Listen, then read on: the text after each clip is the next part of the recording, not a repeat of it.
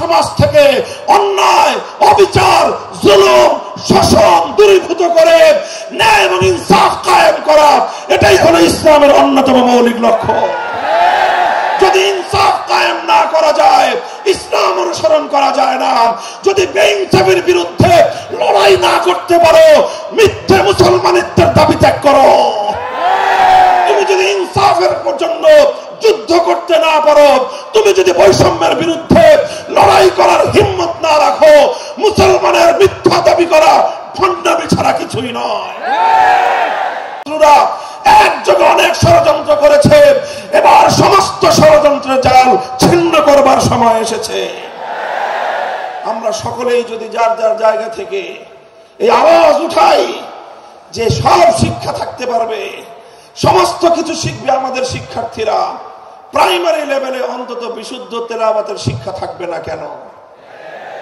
আল্লাহ পাক রব্বুল আলামিন আমাদের এই ঈমানি দাবি উপলব্ধি করে এই রাষ্ট্র ব্যবস্থাকে যথাযথ পদক্ষেপ গ্রহণ করার তৌফিক দান করুন।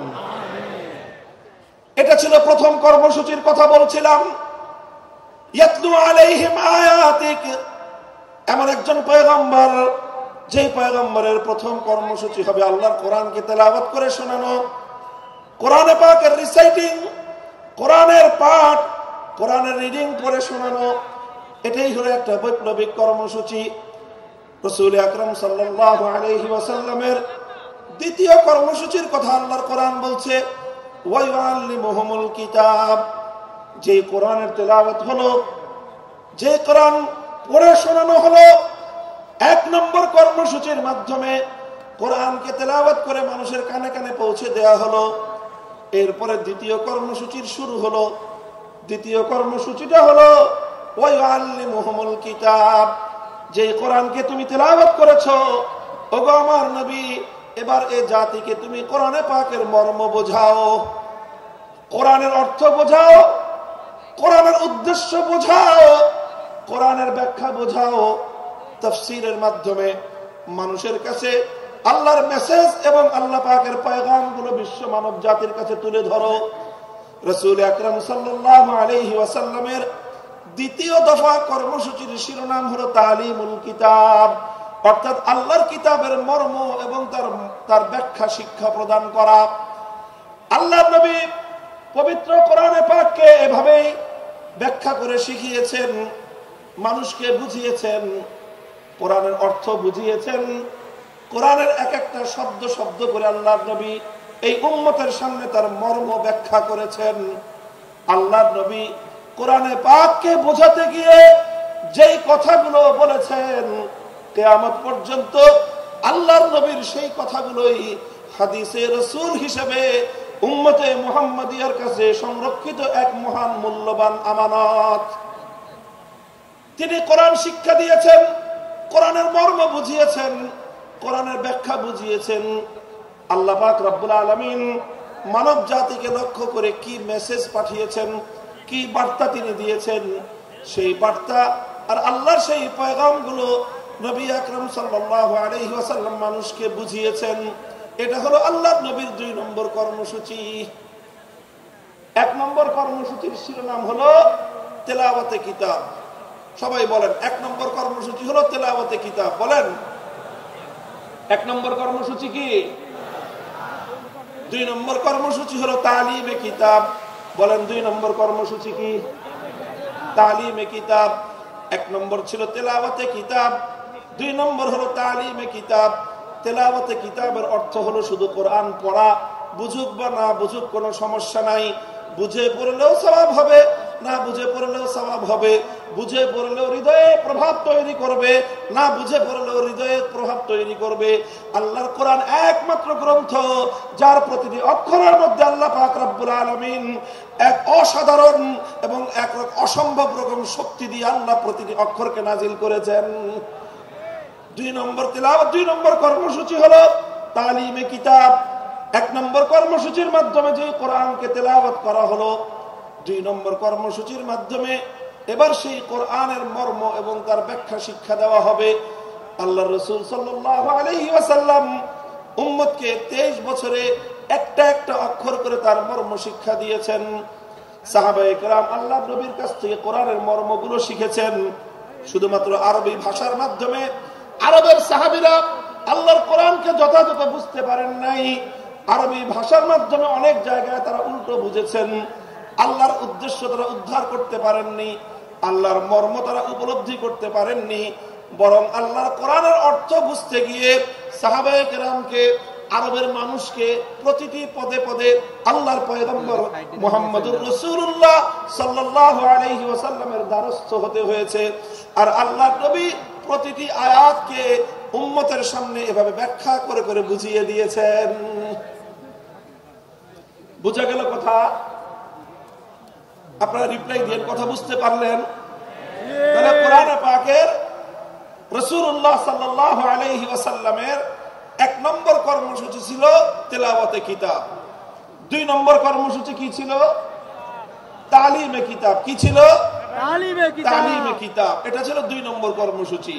তালিমে কিতাবের অর্থ হলো আল্লাহ যা কিছু বলেছেন তার মর্ম, তার উদ্দেশ্য, তার ব্যাখ্যা, এটাকে এক্সপ্লেইন করে, এটাকে বিস্তারিত বিবরণের মাধ্যমে মানুষকে বুঝিয়ে দেওয়া, উম্মতকে বুঝিয়ে দেয়া, আল্লাহর বান্দাদেরকে বুঝিয়ে দেয়া। আল্লাহ এজন্যই বলেছেন وَأَنزَلْنَا إِلَيْكَ الذِّكْرَ لِتُبَيِّنَ لِلنَّاسِ مَا نُزِّلَ إِلَيْهِمْ وَلَعَلَّهُمْ يَتَفَكَّرُونَ। ওগো আমার নবী, আমি আমার এই মহাগ্রন্থ কোরআনে পাক আপনার কাছে নাজিল করেছি। পাহাড়ের উপর আমি অবতীর্ণ করি নাই, আসমানের উপর আমি অবতীর্ণ করি নাই, বাইতুল্লাহর উপর আমি অবতীর্ণ করি নাই, অন্য কোন কিছুর উপর আমি আমার এই কোরআনকে অবতীর্ণ করি নাই। আমার এই কোরআন আমি আপনার নিকট এজন্যই নাজিল করেছি কারণ আপনার ব্যাখ্যা ছাড়া এই উম্মত এবং এই বিশ্ববাসী আল্লাহর কালামকে পরিপূর্ণভাবে এর অর্থ কোনদিন এর অর্থ বুঝতে পারবে না, এর মর্ম উদ্ঘাটন করতে পারবে না। এজন্য নবীর 2 নম্বর কর্মসূচি হলো কোরআনে পাকের ব্যাখ্যা বুঝানো। তিনি আলহামদুলিল্লাহ সেই ব্যাখ্যা বুঝিয়েছেন, তিনি সেই মর্ম শিখিয়েছেন। আলহামদুলিল্লাহ আজও উম্মতের মধ্যে কোরআনের অর্থ বোঝানোর প্রক্রিয়া অব্যাহত আছে। মাদ্রাসা শিক্ষার মাধ্যমে এদেশের সোনার সন্তানদেরকে 10 বছরের দীর্ঘ কারিকুলামের মাধ্যমে কোরআনের ব্যাখ্যা শেখানো হয়। 5 বছরের কারিকুলামের মাধ্যমে তাদেরকে কোরআনের তেলাওয়াত শেখানো হয়েছে। এরপরে 10 বছরের শিক্ষা কারিকুলামের মাধ্যমে তাদেরকে কোরআনের ব্যাখ্যা শেখানো হয়। আর এভাবে উলামায়ে কেরাম তাফসীর গ্রন্থ লিখে লিখে, কোরআনে পাকের অনুবাদ গ্রন্থ লিখে লিখে মানুষের কাছে কোরআনের পয়গাম পৌঁছে দেওয়ার মাধ্যমে কোরআনের ব্যাখ্যা এবং মর্ম জাতির কাছে পৌঁছে দেওয়ার চেষ্টা করেছেন। আর এই রকম বাংলার প্রত্যন্ত অঞ্চলে, গ্রাম বাংলার শহর নগর বন্দরে তাফসীরুল কোরআন মাহফিলগুলোর মাধ্যমে এ জাতির সোনার সন্তান, এ জাতির শ্রেষ্ঠ সন্তান আলেম সমাজ এভাবেই শতাব্দী কাল পর্যন্ত এদেশের মানুষের কাছে কোরআনের বাণী, কোরআনের পয়গাম পৌঁছে দেওয়ার জন্য তাফসীরুল কোরআন মাহফিলগুলোর আয়োজন করছেন। এটা গেল 2য় দফা কর্মসূচি। কাজেই কোরআনের মর্ম বুঝার দরকার আছে না নাই? এটা বড় আশ্চর্যজনক বিষয়, বড় দুঃখজনক মর্মান্তিক একটা বিষয় আছে। বহু মানুষ, বহু ভাই বোন আমাদের মাঝে এমন খুঁজে পাওয়া যাবে, অনেক কিছু তারা পড়াশোনা করেছেন জীবনে, অনেক পড়াশোনা করেছেন, রাজনীতি নিয়ে পড়াশোনা করেছেন, অর্থনীতি নিয়ে পড়াশোনা করেছেন, সাহিত্য নিয়ে পড়াশোনা করেছেন, দর্শন নিয়ে পড়াশোনা করেছেন। নভেল নাটক পড়ার তো কোনো ইয়ত্তা নাই। কত ধরনের পড়াশোনা, একাডেমিক পড়াশোনা, একাডেমির বাইরে বিভিন্ন পাঠ্যপুস্তকের বাইরে কত কিছুর পড়াশোনা অনেক মানুষ আমরা করি। কিন্তু বহু মানুষ, আল্লাহর অনেক এমন বান্দা, আল্লাহর নবীর এমন অনেক উম্মত রয়ে গিয়েছে, জীবনের 60, 70, 80 বছর বয়সে অন্তত একবারের জন্য হলো আল্লাহর কোরআনের সূরাতুল ফাতিহার আলহামদুলিল্লাহ থেকে সূরাতুন নাসের মিনাল জিন্নাতি ওয়ান নাস পর্যন্ত পূর্ণ কোরআনে পাকের ব্যাখ্যা তো দূরের কথা, অনুবাদটুকু একবার কেউ পড়ে দেখে নাই। এমন মানুষ সমাজে আছে না নাই? বলেন আছে না নাই?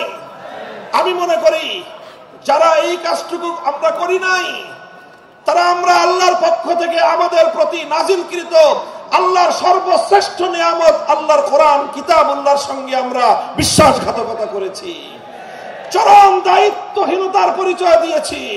শপথ নিন, যারা অন্তত এই কাজটা করেননি, জীবনের অবশিষ্ট সময় হলেও ধাপে ধাপে প্রতিদিন 1 পৃষ্ঠা 2 পৃষ্ঠা 1 রুকু 2 রুকু করে 1 সূরা 2 সূরা করে অল্প অল্প করে হলেও পূর্ণ কোরআনে পাকের ব্যাখ্যা না পড়তে পারেন, অন্তত গ্রহণযোগ্য নির্ভরযোগ্য কোন ব্যক্তির আলেমের লিখিত কোরআনের অনুবাদ অন্তত একবার করব। আমরা পড়ব তো সবাই ইনশাআল্লাহ? কারা কারা পড়বেন বলেন তো? আল্লাহ পাক কবুল করেন।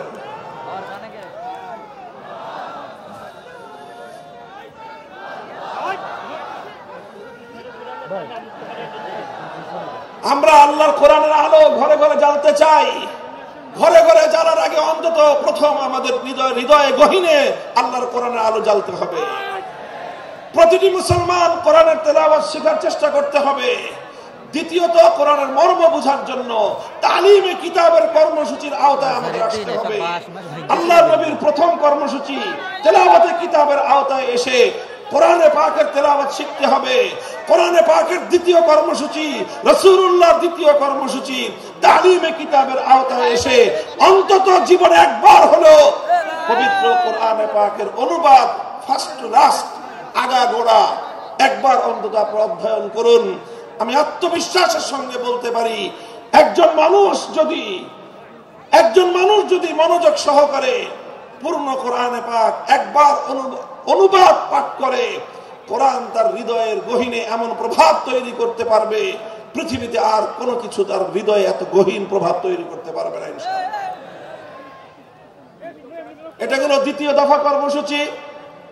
3 নম্বর কর্মসূচি হলো আল্লাহর পয়গম্বরের ওয়ায়ুআল্লিমুহুমুল কিতাবা ওয়াল হিকমাহ, তালিমে হিকমত। 3 নম্বর কর্মসূচি হলো তালিমে হিকমত। কি বললাম বলেন তো? তালিমে হিকমত বলেন সবাই, তালিমে হিকমত।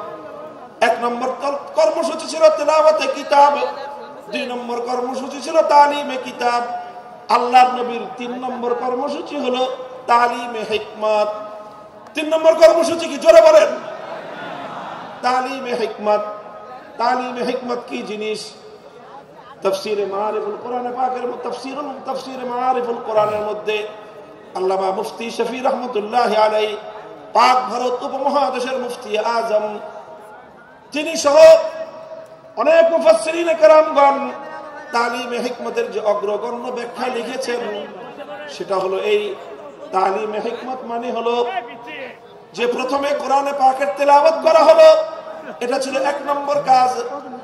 তারপরে কোরআনে পাকের মর্ম এবং তার অর্থ এবং তার ব্যাখ্যা শিক্ষা দেওয়া হলো, এটা ছিল তালিমে কিতাব। এটা ছিল 2 নম্বর কর্মসূচি। বন্ধুগণ, আল্লাহর পাক রব্বুল আলামিন তার নবীকে বলেছেন, শুধুমাত্র মৌখিকভাবে কোরআনের অর্থ বুঝিয়ে দিলেই এই জাতি আমার বান্দারা এই কোরআনকে পরিপূর্ণ অনুধাবন করতে পারবে না। শুধুমাত্র ব্যাখ্যা শোনায় দিলে, শুধুমাত্র অর্থ শোনায় দিলে, অথবা শুধুমাত্র ব্যাখ্যা পড়ায় দিলে, শুধু পড়ানো আর শোনানোর দ্বারাই আল্লাহর কোরআনকে এ জাতি পরিপূর্ণভাবে অনুধাবন করতে পারবে না। বরং কোরআনে পাক এটাকে যদি এ জাতির কাছে পরিপূর্ণভাবে উপস্থাপন করতে হয়, আল্লাহর বান্দাদেরকে যদি কোরআনে পাক পরিপূর্ণভাবে বোঝাতে হয়, তাহলে কোরআনের মর্ম বলার পাশাপাশি যেই কাজটা করতে হবে সেটা হলো পবিত্র কোরআনে পাককে যথাযথভাবে এর যেই সকল বিষয়গুলোর সাথে প্র্যাকটিসের সম্পর্ক রয়েছে, সেই বিষয়গুলিকে আল্লাহর নবী প্র্যাকটিক্যাল বাস্তবায়ন করে দেখায় দেওয়া, এটার নামই হলো তালিমে হিকমত। অর্থাৎ কোরআন এটা শুধুমাত্র থিওরিটিক্যাল কোনো গ্রন্থ নয়। এটার থিওরি যতটা উপলব্ধি করতে হয়, থিওরিগুলো যতটা আত্মস্থ করতে হয়, থিওরিটা যতভাবে বুঝতে হয়, পাশাপাশি কোরআনকে বুঝতে হলে তার তৃতীয় যে কর্মসূচি সেটা হলো প্র্যাকটিক্যাল ভাবে কোরআনকে বুঝতে হবে। আপনারা যারা জেনারেল শিক্ষায় শিক্ষিত, বিশেষ করে যারা সায়েন্স ব্যাকগ্রাউন্ড, তারা খুব ভালো করে জানেন যে সায়েন্সের বিশেষ করে এই যে আপনার সায়েন্সের যে অনেকগুলো সাবজেক্ট রয়েছে, পদার্থবিজ্ঞান, তারপরে আরো অন্যান্য অনেকগুলো সাবজেক্ট, যেগুলো শুধুমাত্র বই পড়ায় দিলে শিক্ষার্থীরা পরিপূর্ণভাবে উপলব্ধি করতে পারে না, বরং তার প্র্যাকটিক্যাল করতে হয়। মেডিকেলে তো এই বিষয়টা আরো চরম ভাবে এটা বাস্তব বিষয়, যে মেডিকেলের কোন বিষয় শুধুমাত্র শিক্ষক শিক্ষিকারা লেকচার দিয়ে স্টুডেন্টদেরকে বুঝিয়ে দিতে পারে না। শুধুমাত্র লেকচার শুনে, বই পড়ে কোন একজন ছাত্র কোনোদিন ডাক্তার হতে পারে না। লেকচার শুনতে হয়, বই এবং শীট পড়তে হয়, পাশাপাশি প্রত্যেকটা বিষয়ের জন্য এখানে প্র্যাকটিক্যাল করার জন্য ল্যাবরেটরি থাকে। এই যে এখানে একদিন মেডিকেল কলেজে যান, আমি দেখেছি এটার পরিদর্শন করে, এখানে চমৎকার সব ল্যাবগুলো রয়েছে। প্রতিটি ক্লাসের, প্রতিটি বর্ষের শিক্ষার্থীদের জন্য প্রায় প্রতিটি ক্লাসের সাথে সাথে প্র্যাকটিক্যাল, হাতে কলমে মেডিকেল সায়েন্সের শিক্ষা দেওয়ার জন্য মানব দেহের অঙ্গ প্রত্যঙ্গের ডিটেইলস বিবরণ হাতে কলমে আঙ্গুল দিয়ে প্র্যাকটিক্যাল দেখিয়ে দিয়ে একজন শিক্ষার্থীকে সেখানে শিক্ষা দেওয়া হয়। কথা বলে ঠিক না বেঠিক? মেডিকেল সায়েন্স যতটা প্র্যাকটিক্যাল, কোরআনে পাক তার চেয়ে বেশি প্র্যাকটিক্যাল। কোরআন শুধুমাত্র অর্থ বুঝে, শুধু ব্যাখ্যা বুঝে আল্লাহর কোরআনের উপর পরিপূর্ণভাবে আমল করা কোশ্চিনকালও সম্ভব নয়। এজন্য রাসূল আকরাম সাল্লাল্লাহু আলাইহি ওয়াসাল্লামের 3 নম্বর কর্মসূচি হলো তালিমে হিকমত। তালিমে হিকমতের অর্থ হলো তেলাওয়াতে কিতাবের মাধ্যমে যেই কোরআনের তেলাওয়াত হয়েছে, তালিমে কিতাবের মাধ্যমে যেই কোরআনের অর্থ এবং ব্যাখ্যা শিক্ষা দেওয়া হয়েছে, তালিমে হিকমতের মাধ্যমে সেই কোরআনে পাকের প্র্যাকটিক্যাল বিষয়গুলো বাস্তবে প্রতিফলিত করে, প্র্যাকটিক্যাল করে উম্মতকে দেখিয়ে দিতে হবে। এটা হলো তালিমে হিকমত। এবং নবী আকরাম সাল্লাল্লাহু আলাইহি ওয়াসাল্লাম তার জীবনের একটা গুরুত্বপূর্ণ অধ্যায় তালিমে হিকমতের মধ্যে কাটিয়েছেন। উম্মতকে প্র্যাকটিক্যাল শিখিয়েছেন। কোরআন কিভাবে শিখিয়েছেন যেমন উপলব্ধি করুন। দৃষ্টান্ত দিয়ে আমি বলছি সংক্ষেপে। আল্লাহ পাক কোরআনে আয়াত নাযিল করলেন, আকিমুস সালাত, সালাত কায়েম করো।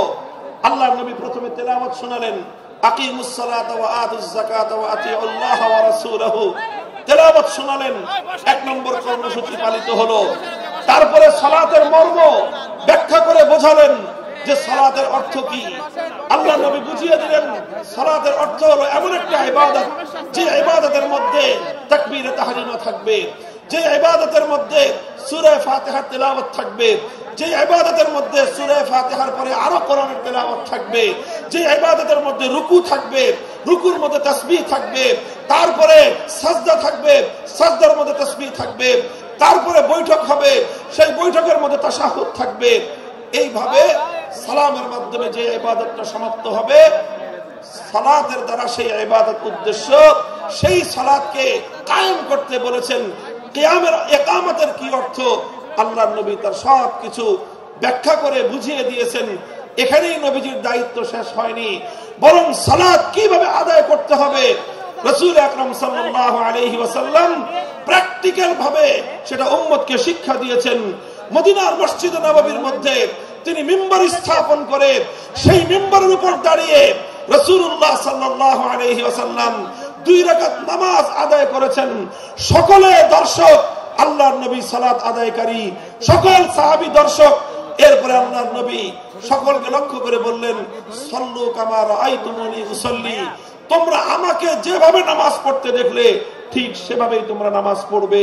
শুধু আমার কথা শুনে নামাজ পড়বে না, আমার হাদিস পড়ে শুধু নামাজ পড়বে না, বরং আমার নামাজ দেখে দেখে তোমরা নামাজ শিখবে। প্র্যাকটিক্যালি নামাজ শিক্ষা দিয়েছেন। এই যে নামাজের যে প্র্যাকটিক্যাল শিক্ষা দিলেন, এটার নামই হলো তালিমে হিকমত। এটা শুধু নামাজের ক্ষেত্রেই নয়, জীবনের প্রতিটি ক্ষেত্রে, প্রত্যেকটি কর্মকাণ্ড একজন মুমিনের, প্রতিটি কর্মকাণ্ডের প্র্যাকটিক্যাল নমুনা আল্লাহর নবীর জীবন থেকে গ্রহণ করতে হয়। নবীর জীবনে প্রতিটি কাজের যে প্র্যাকটিক্যাল নমুনা আছে, সেই প্র্যাকটিক্যাল নমুনাটাই হলো তালিমে হিকমত, সেটাই হলো কোরআনে পাকের প্র্যাকটিক্যাল। আল্লাহর নবীর উপর কোরআনে আয়াত নাযিল হলো, আস-সারিকু ওয়াস-সারিকাতু ফাকতাউ আইদিয়াহুমা জাযাআম বিমা কাসাবা নাকালাম মিনাল্লাহ ওয়াল্লাহু আজিজুন হাকীম। আয়াত নাযিল হলো, নবীজি তেলাওয়াত করে শোনালেন, 1 নম্বর দায়িত্ব পালন হলো। তারপরে চুরি, চোর নারী হোক পুরুষ হোক, সেই চোরের সংজ্ঞা শিখালেন যে মানুষ কখন চোর সাব্যস্ত হয়, কতটুকু সম্পদ কিভাবে চুরি করলে এটা কোরআনে পাকের ভাষায় চুরি বলে সাব্যস্ত হবে। তারপরে সেই চুরির অপরাধ সাব্যস্ত হতে হলে কি লাগবে, আল্লাহর নবী সেটাকে ব্যাখ্যা করে বোঝালেন। ব্যাখ্যা করে শুধু মৌখিকভাবে বুঝিয়ে দিয়েই আল্লাহর নবীর দায়িত্ব ক্ষান্ত হয়নি, বরং যখন জমিনের মধ্যে চুরির অপরাধ যখন সংগঠিত হয়েছে, সেই অপরাধ সংগঠিত হওয়ার পর আল্লাহর কিতাবের ব্যাখ্যা অনুযায়ী, আল্লাহর কোরআনের নির্দেশ অনুযায়ী তিনি প্র্যাকটিক্যাল ভাবে চুরির শাস্তি প্রয়োগ করে দুনিয়াবাসীকে দেখিয়ে দিয়েছেন যে এই আয়াতের প্র্যাকটিক্যাল কিভাবে করতে হয়।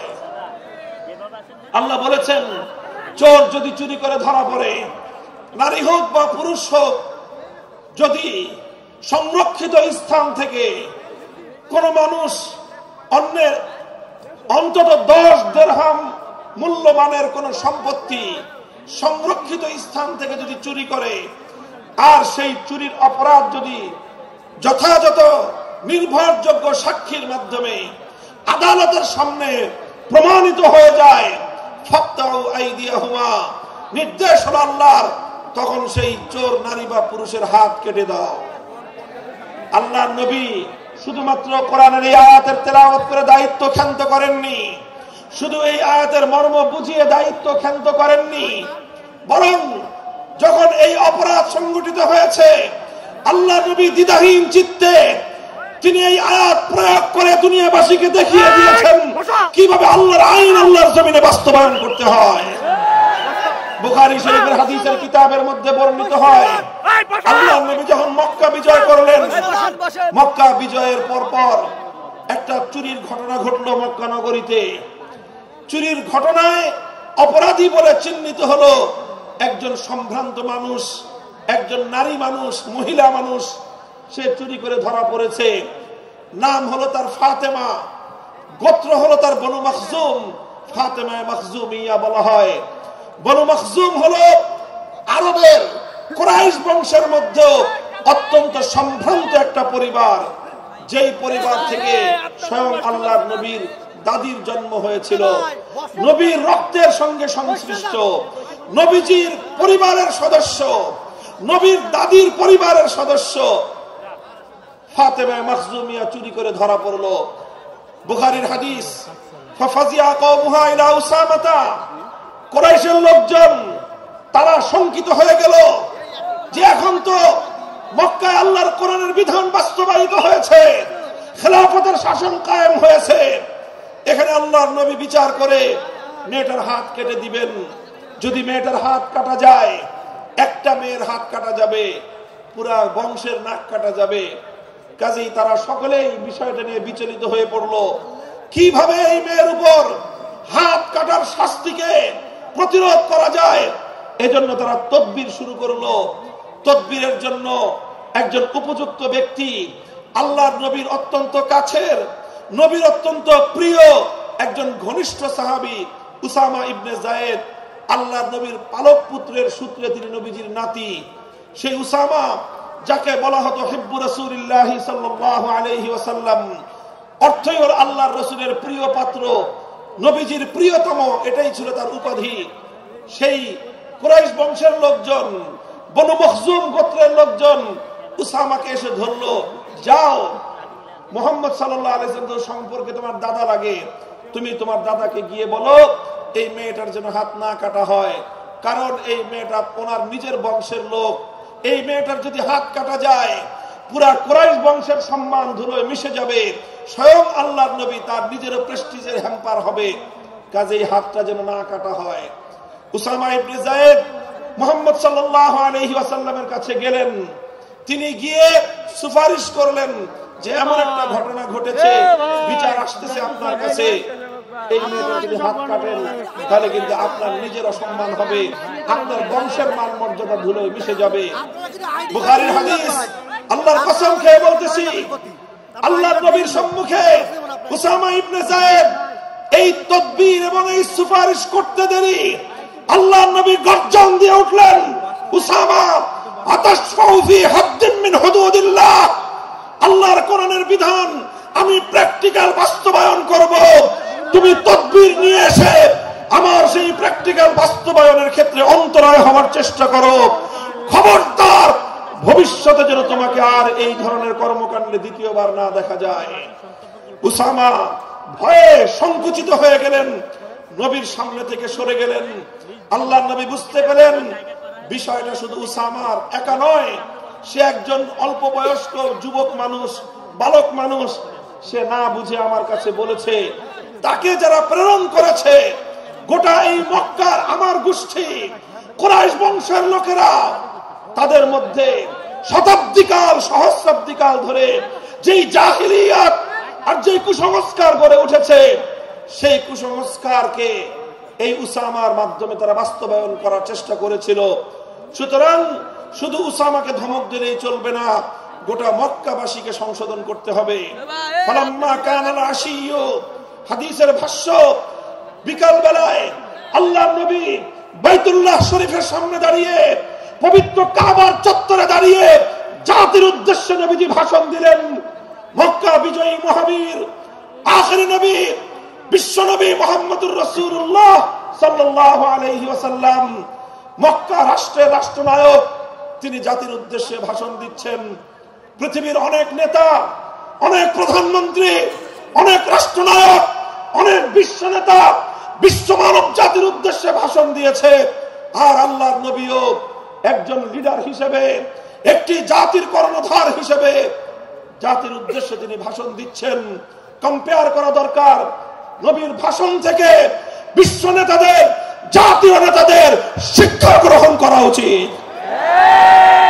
আল্লাহ নবী বললেন, লক্ষ্য করে শুনুন, বাইতুল্লাহকে সামনে রেখে পবিত্র কাবা শরীফের চত্বরে নবীজি লক্ষ্য করে বললেন, ইন্নামা হালাকা মান কানা ক্বাবলাকুম ইযা সারাকা ফীহিমুদ দাঈফ আকামু আলাইহিল হাদ ওয়া ইযা সারাকা ফীহিমুশ শরীফ তারাকুহু। হে আমার জাতি, শুনে রাখো, পৃথিবী থেকে অনেক সম্প্রদায়, অনেক জাতি, অনেক কওমকে আল্লাহ পাক রব্বুল আলামিন ধ্বংস করে দিয়েছেন। তাদের ধ্বংসের পিছনে একটা বড় কারণ ছিল, একটা অপরাধে তাদেরকে আল্লাহ ধ্বংস করে দিয়েছেন। সেই অপরাধটা ছিল ইজা সারাকা ফীহিমুজ যায়ীফ আকামু আলাইহিল হাদ ওয়া ইজা সারাকা ফীহিমুশ শরীফ তারাকুহু। যখন তাদের সম্প্রদায়ের মধ্যে কোন সম্ভ্রান্ত লোক, কোন প্রভাবশালী লোক, কোন ক্ষমতাবান লোক যখন অপরাধ করত, যখন কোন প্রভাবশালী লোক অপরাধ করত, কোন নেতা, কোন নেতার আপনজন, কোন মন্ত্রী, কোন মন্ত্রীর আত্মীয় স্বজন, কোন সরকারি দলের লোকজন, কোন টাকা পয়সাওয়ালা, কোন বড় লোক, কোন প্রভাবশালী ব্যক্তি, কোন সম্ভ্রান্ত ব্যক্তি যখন অপরাধ করত, তখন সেই সম্ভ্রান্ত ব্যক্তির উপর তারা আইনের শাসন প্রয়োগ না করে তারা বিষয়টাকে চেপে যেত, তার উপর আইন প্রয়োগ না করে, শাস্তি বিধান বাস্তবায়ন না করে তাদেরকে ছেড়ে দেওয়া হতো। ওয়াইজা সারাকা ফীহিমুদ দাঈফ, আর একই অপরাধ যখন দুর্বল মানুষ করত, খেটে খাওয়া মানুষ, মেহনতি মানুষ, রিকশাওয়ালা, শ্রমিক, ঠেলাগাড়ি চালক, নৌকার মাঝি, মজদুর, পথের টোকাই, এই শ্রেণীর দুর্বল মানুষ যখন অপরাধ করত, যেই অপরাধ করে মন্ত্রীর দুলাভাই ছাড়া পেয়েছে, যেই অপরাধ করার পরে এমপির শালার শাস্তি হয় নাই, যেই অপরাধ করার পরে শিল্পপতির বিচার হয় নাই, যেই অপরাধ করার কারণে রাজনৈতিক নেতার কোনো বিচার হয় নাই, একই অপরাধ দুর্বল, গরিব, অসহায় মানুষ করার পরে তার উপর আইনের শাসন 100 ভাগের জায়গায় 200 ভাগ বাস্তবায়ন করা হয়। আল্লাহর নবী বলেছেন, পৃথিবীতে ইসলাম এসেছে শুধুমাত্র ইবাদত, নামাজ, রোজার, হজ, যাকাতের বিধান বাস্তবায়নের জন্য নয়। ইসলাম দুনিয়াতে আগমন করেছে, তার আগমনের অন্যতম উদ্দেশ্য হলো সমস্ত বৈষম্য দূর করে, জুলুম আর বেইনসাফি দূর করে বিশ্ব সভ্যতায় ন্যায় এবং ইনসাফ কায়েম করা।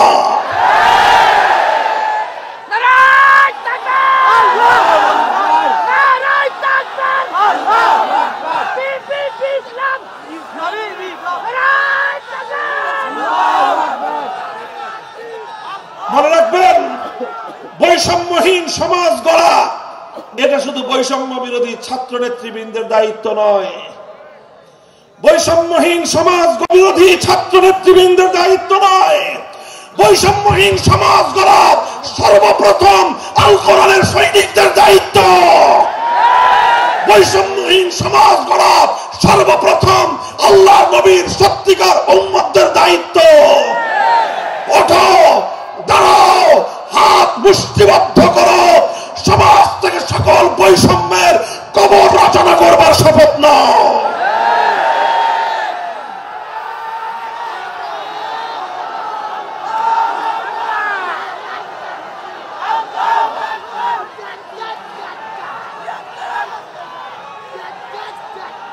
মুহতারাম হাজিরিন, কথাটা খুব জায়গা লক্ষণীয়, শোনার বিষয়।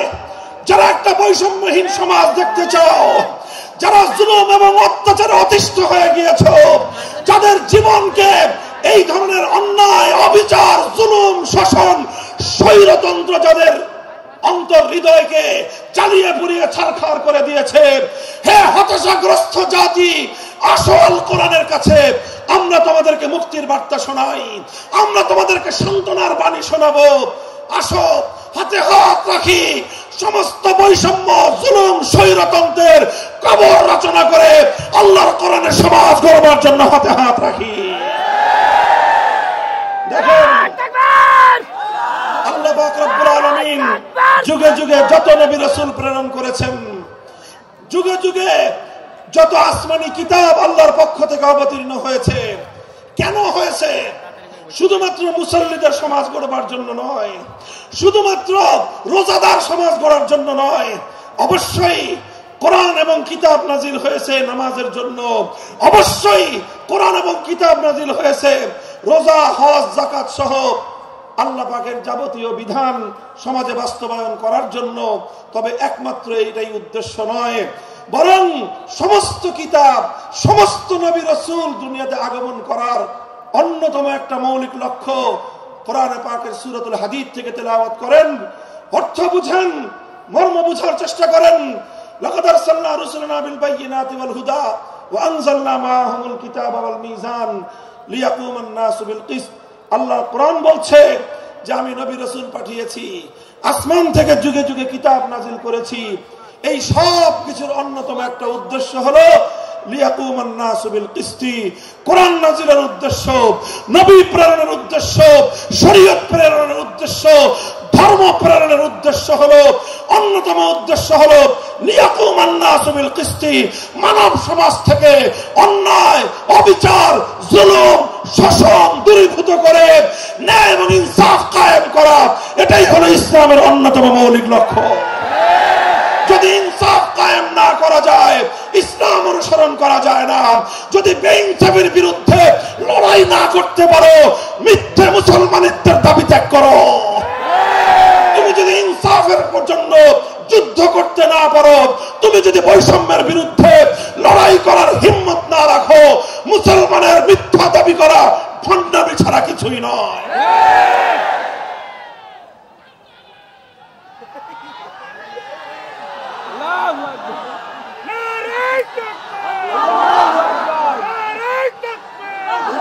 এই জন্য আমাদেরকে বুঝতে হবে, আমাদের জীবনের অন্যতম মিশন, যে জন্য আল্লাহ তার নবীদেরকে পাঠিয়েছেন, নবীদের জীবনের মিশন যা ছিল, নবীর উত্তরাধিকারী, নবীর অনুসারীদের জীবনের মিশনও সেটাই হবে। বলেন কথা ঠিক না বেঠিক? যে পথে গিয়েছে নবীদের জীবন, সে পথে যাবে আমাদের জীবন। যেটা ছিল নবীদের ভীষণ, সেটাই হবে আমাদের ভীষণ। যদি এটাই হয় সত্য কথা, এটাই যদি হয় শপথ, তবে বৈষম্যহীন সমাজ গড়বার জন্য যা করতে হয় তাই করা আমার আর তোমার জিম্মাদারি। যদি সেজন্য আমাদেরকে ঘাম ঝরাতে হয়, ঘাম ঝরানো আমাদের দায়িত্ব। আর যদি সেজন্য চোখের অস্ত্র দিতে হয়, চোখের অস্ত্র দেওয়া আমাদের দায়িত্ব। যদি সম্পদের কোরবানি করতে হয়, মাল সম্পদের কোরবানি করা, সেটাই আমাদের জীবনের দায়িত্ব এবং উদ্দেশ্য। আর সর্বোপরি যদি একটি বৈষম্যহীন সমাজ করবার জন্য শাহাদাতের রক্ত দিতে হয়, আবু সাঈদের মতো বৈষম্যের বিরুদ্ধে বুক পেতে দিয়ে জীবন দেওয়ার জন্য শপথ নিতে হবে।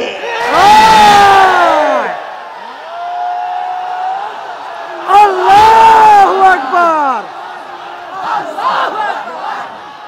এই প্রস্তুত থাকবেন তো ইনশাআল্লাহ? আল্লাহর নবী বললেন এই বৈষম্য চলবে না, এই বৈষম্য জাহিলিয়াত, এই বৈষম্য মূর্খতা। সমাজের মধ্যে নিজের দলের লোক অন্যায় করলে পগার পার, বিরোধী দলের লোক অন্যায় করলে আইনের শাসন 100 ভাগের জায়গায় 200 ভাগ। নিজেরা অপরাধ করলে সেই অপরাধীকে ছাড়িয়ে নেওয়ার জন্য সমস্ত আয়োজন। বিপক্ষ মতের লোকজন অপরাধ না করা সত্ত্বেও তাদেরকে কেচোর মতো মাটির গর্ত থেকে ধরে এনে তাদেরকে বিচারের মুখোমুখি দাঁড় করানো, অন্যায় ভাবে তাদের জীবন থেকে তাদের যৌবনের সময়গুলো কেড়ে নেওয়া, বছরের পর বছর অন্ধকার কারা প্রকোষ্ঠে তাদেরকে বন্দী করে রাখা। এই জুলুম এবং অন্যায়ের অবসান যদি না ঘটাতে পারো, পুরুষ এবং যুবক মানুষ হিসেবে আল্লাহর কাছে জবাবদিহিতার সুযোগ থাকবে না। কাজেই তাফসীরুল কোরআন শুধুমাত্র কোরআনের তেলাওয়াতের জন্য নয়, তাফসীরুল কোরআন শুধু আল্লাহর কোরআনের মর্ম বোঝানোর জন্য নয়। আল্লাহর কোরআন তেলাওয়াত করতে হবে, মর্ম বুঝতে হবে, আর তালিমে হিকমতের কর্মসূচির অধীনে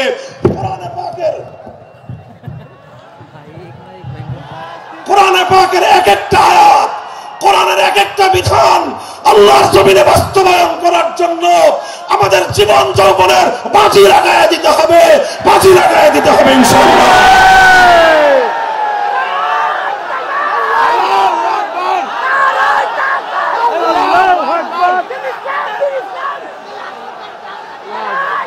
হযরত রাসূল আকরাম সাল্লাল্লাহু আলাইহি ওয়াসাল্লাম বলছিলেন, জাতির উদ্দেশ্যে প্রদত্ত মক্কা বিজয়ী মহাবীর আমিরুল মুমিনিন নবিয়ুল্লাহ খলিফাতুল্লাহ ফিল আরদ খলিফাতুল মুসলিমিন মুহাম্মদুর রাসূলুল্লাহ সাল্লাল্লাহু আলাইহি ওয়াসাল্লামের বক্তব্যের কথা আল্লাহর নবী বললেন, বৈষম্যের কারণে আল্লাহ পাক রব্বুল আলামিন পৃথিবীর বহু জাতিকে ধ্বংস করে দিয়েছেন। সুতরাং শুনে রেখো, আমার দ্বারা বৈষম্য হবে না।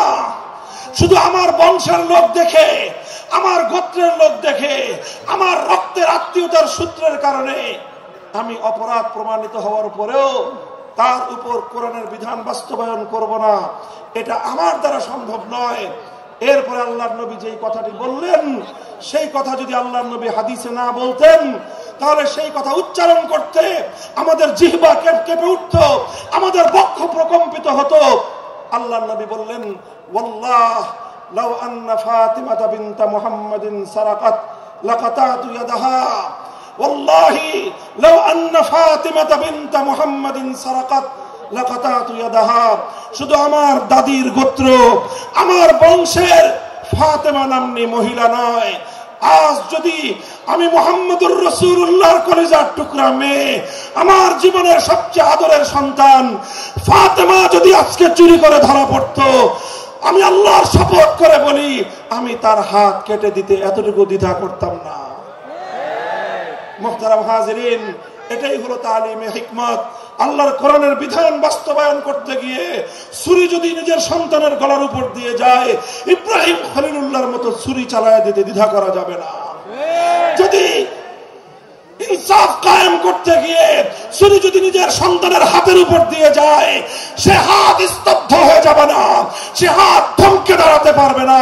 যেখান দিয়ে ইনসাফ যাবে সেখান দিয়ে ইনসাফকে চালিয়ে দিতে হবে।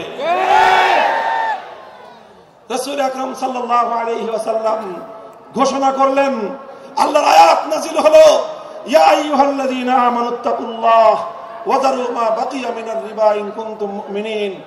হে মুমিনগণ, সুদকে তোমরা পরিহার করো যদি ঈমানদার হয়ে থাকো। যদি ঈমানদার হয়ে থাকো কি করো তোমরা? সুদকে পরিহার করো। কি করো? ইত্তাকুল্লাহ, তোমরা আল্লাহকে ভয় করো।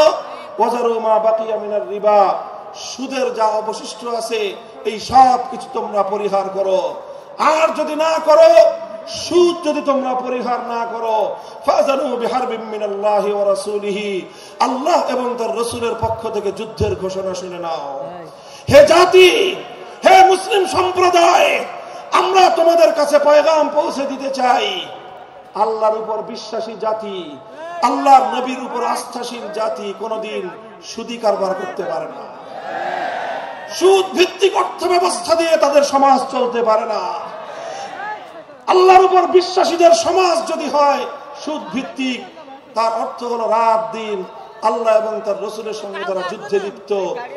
যে মুসলিম জাতি আল্লাহর সাহায্য নিয়ে বিশ্বব্যাপী বিজয়ী হওয়ার স্বপ্ন দেখে, সে মুসলিম জাতি যদি স্বয়ং আল্লাহর সঙ্গে যুদ্ধে লিপ্ত থাকে, তাদের জীবনেও কল্যাণ এবং বিজয় আসার সম্ভাবনা নাই। এই জন্য মুসলিম জাতির উত্থানের জন্য মুসলমানদের বিজয়ের পূর্ব শর্ত হলো সুদ পরিহারের মাধ্যমে আল্লাহর সঙ্গে যুদ্ধ বন্ধ করতে হবে, আল্লাহর পক্ষ থেকে সাহায্য চাইতে হবে। কোরআনের আয়াত, সূরা বাকারার আয়াত, এই আয়াত নাযিল হওয়ার পরে আল্লাহর নবী শুধু তেলাওয়াত করে দায়িত্ব ক্ষান্ত করেন নাই, শুধু সুদের মর্ম বুঝিয়ে নিজের দায়িত্ব ক্ষান্ত করেন নাই। তৃতীয় দায়িত্ব তালিমে হিকমত, সুদকে সমাজ থেকে সমূলে উৎখাত করার উদ্যোগ নিয়েছেন। বলেন সুবহানাল্লাহ।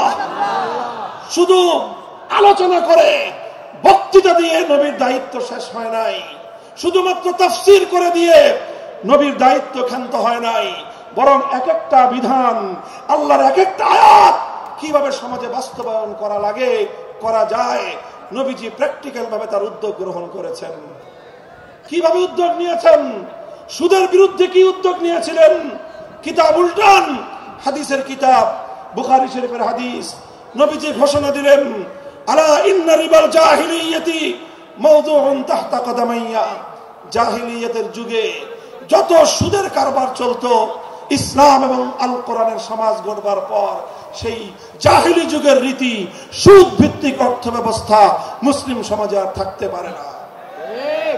নবীজি বললেন, সুদের কবর রচনা করলাম আমি আমার পায়ের নিচে।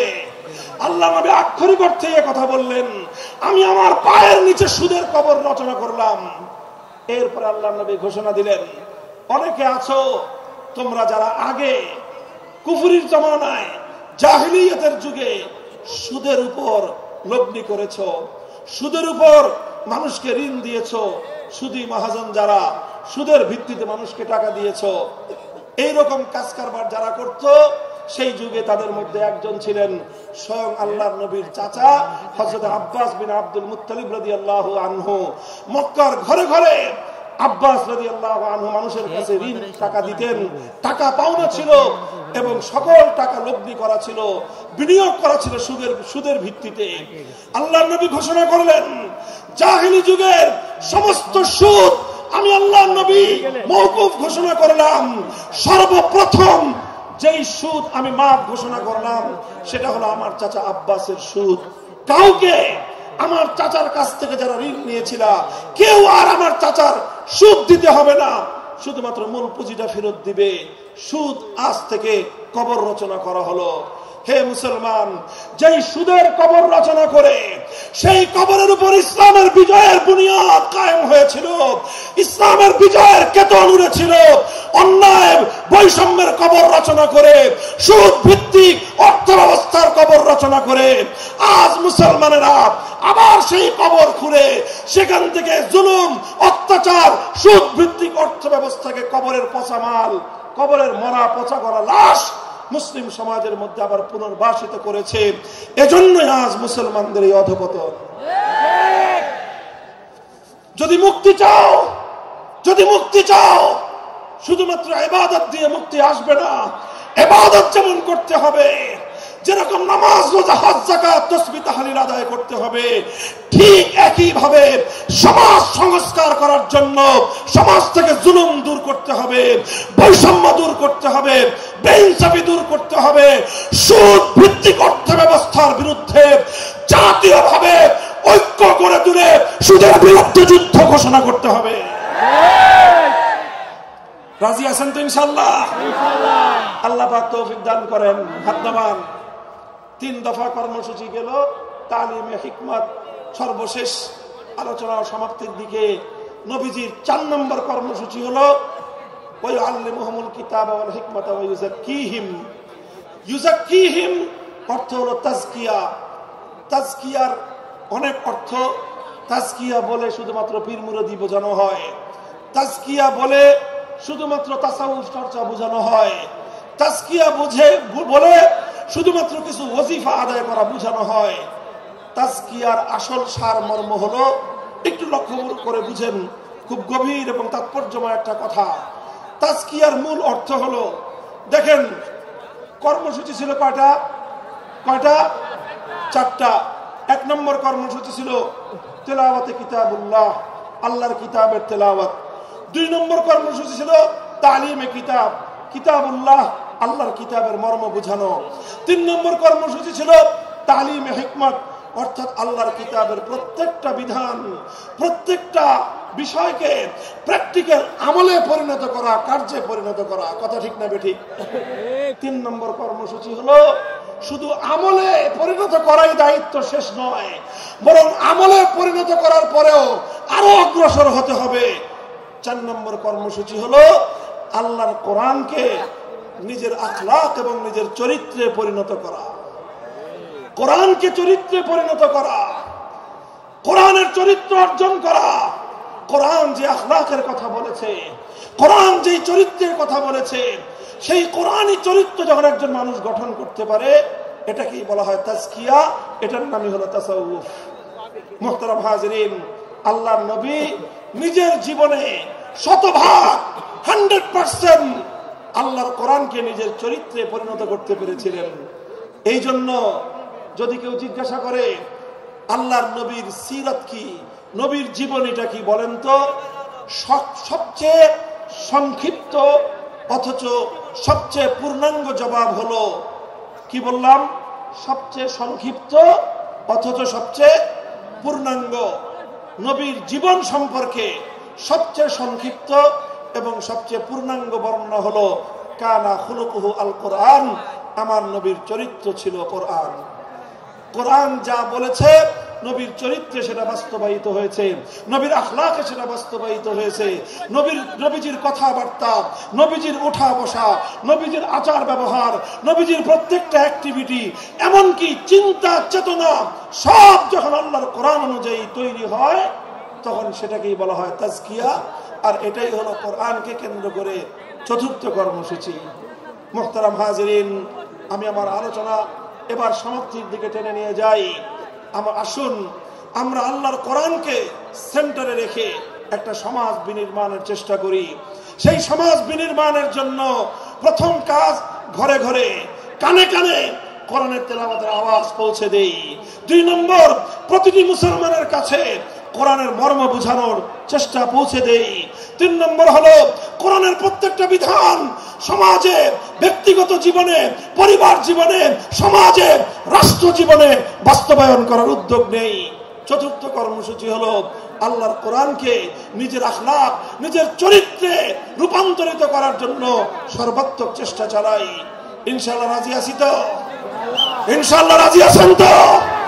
আল্লাহর কোরআন শুধুমাত্র তেলাওয়াত নয়, শুধুমাত্র তাফসীর আর ব্যাখ্যা নয়, এই কোরআনকে বাস্তবে পরিণত করবার জন্য মুসলমানরা যদি উদ্যোগ গ্রহণ করে, আগামীর বিশ্ব হবে ইসলামের বিশ্ব, আগামীর বিশ্ব হবে আল কোরআনের বিশ্ব ইনশাআল্লাহ। বাংলাদেশ বাংলাদেশ বাংলাদেশ নিয়ে আমার আখেরি বার্তা এখন হলো বিপ্লবের জন্য বাংলাদেশ উর্বর হয়ে আছে। কথা বলেন ঠিক না বেঠিক? বৃষ্টির পানি পড়লে যেভাবে যেভাবে শীতকালের পরে বৃষ্টির পানি পড়ার সঙ্গে সঙ্গে ফসলের মাঠ যেমন চাষাবাদের জন্য উর্বর হয়ে যায়, আবু সাইদ, মুগ্ধ, সিফাত হাসান, এভাবে আমাদের অসংখ্য অগণিত বীর শহীদদের রক্ত ভেজায় বাংলার মাটি এখন ইসলামী বিপ্লবের জন্য উর্বর হয়ে আছে, আল কোরআনের বিপ্লবের জন্য উর্বর হয়ে আছে। এই সমাজ, এই জমিন এখন বিপ্লবী চায়। সে বিপ্লব আব্রাহাম লিঙ্কনের আদর্শের বিপ্লব নয়, সে বিপ্লব কার্ল মার্কস, মাও সেতুং আর লেনিনদের বিপ্লব নয়। বাংলার মাটি আরেকটা বিপ্লব দেখতে চায়, সে বিপ্লব হবে আল কোরআনের বিপ্লব, সে বিপ্লব হবে ইসলামী সমাজ গঠনের বিপ্লব।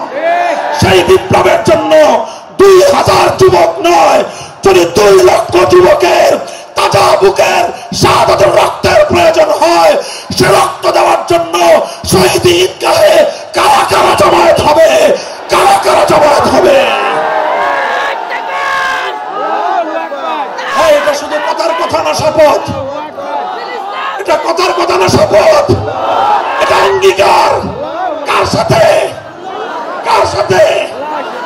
ইনশাআল্লাহ এই শপথ এবং অঙ্গীকারের উপর আমরা আমাদের জীবনের অবশিষ্ট সময়গুলো অতিক্রম করার চেষ্টা করব।